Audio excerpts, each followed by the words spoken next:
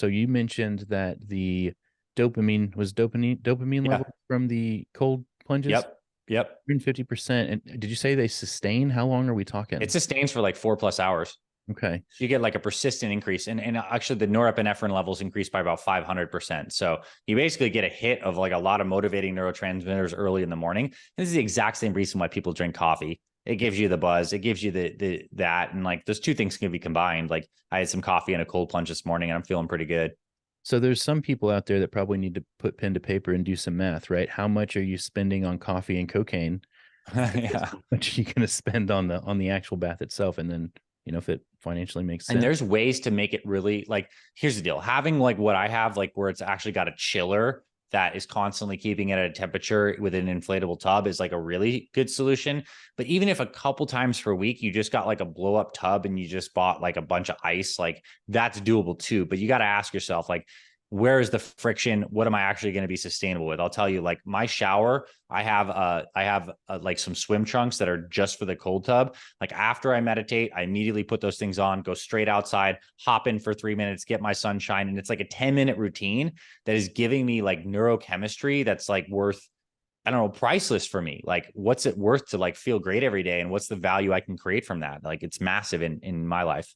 The friction piece is huge for me too, Yeah. because I am a creature of habit and my wife thinks I'm crazy. And my office is probably 600 square feet, pretty big for an office. Mm-hmm. Have multiple podcasts. Mm-hmm.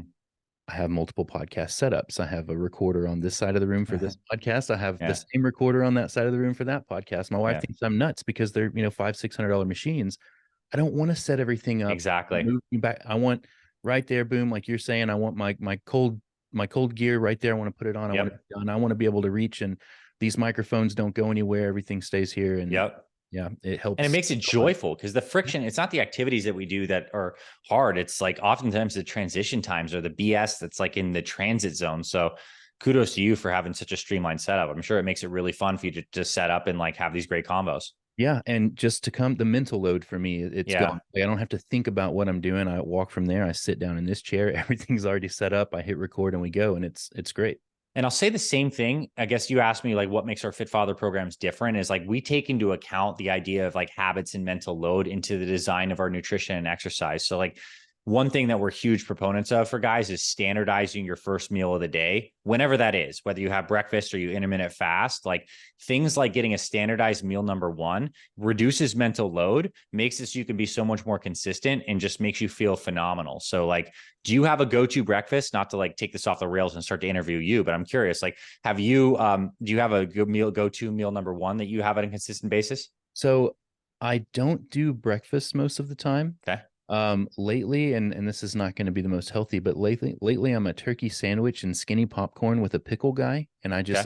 that's my first meal of the day. When does that come? Like noon or like 11 noon or Uh, whatever you fast? 30, 11 o'clock. Yeah. Okay, cool. I mean, but it's consistent for you. Yeah. And it's not bad. I would say like that's pretty solid. If you can add in an ability to get some more vitamins and micronutrients, I don't know if there's like a little like a greens powder you can throw in there or some kind of micronutrients on top of that. Cause that calorie load seems like pretty decent. You know, you're probably getting, let's just say 55, 60 grams of carbs, 30 grams of protein, some trace fats or whatever. And that's like good on the macro front and pretty calorie balanced. You can lose weight and the pickle tastes great, like all good, and you enjoy it. I would say just getting some micronutrients in there, some vitamins, some minerals, some of those like super foods. I use that loosely, but that would make that even better for you. Yeah.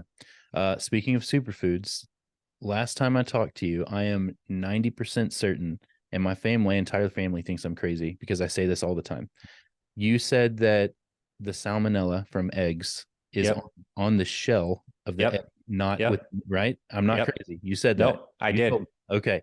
Because I tell them that all the time. Yep. In passing, and they're like, "What? That doesn't make any sense." So it is, right? It comes from the Yeah, for sure. It is. It's on the outside because this is like what comes from the chicken is literally getting the egg out from the external surfaces. So that's where you can have any of that bacteria, the salmonella, or maybe some E. coli. You're talking to a man that's probably had literally thousands of raw eggs.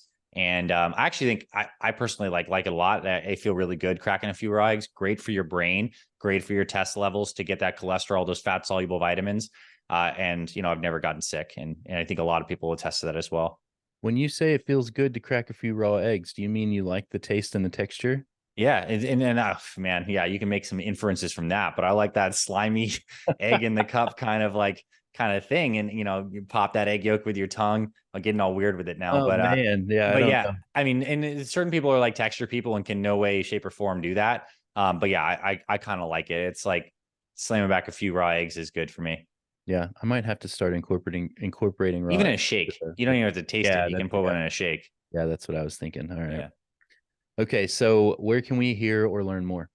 So fitfatherproject.com is our main website where you can see all of our programs and our free stuff. Like we have free meal plans and workouts. And I think for guys who are like know they want to improve their fitness and their routines, like I would definitely join our mailing list because we can show you like how we lay out a day of eating, exact recipes in our free meal plan. And we'll show you the kind of exercise we do, which is like a different kind of strength training. It's not just like classic, like a set of bench, rest a minute, a set of bench, rest a minute. It's called metabolic resistance training, which is like cardio, strength, and mobility all in one. And it works great for busy guys over 40. So that's on our website, Fit Father Project. And then our YouTube channel is also awesome. I think we have like close to 700,000 subscribers, like 650, and like tons of videos. So check all that out if you want to deep dive on any of these topics. Certainly light, sleep, motivation, nutrition, supplementation. We have all that stuff there. And so you can check us out on YouTube as well.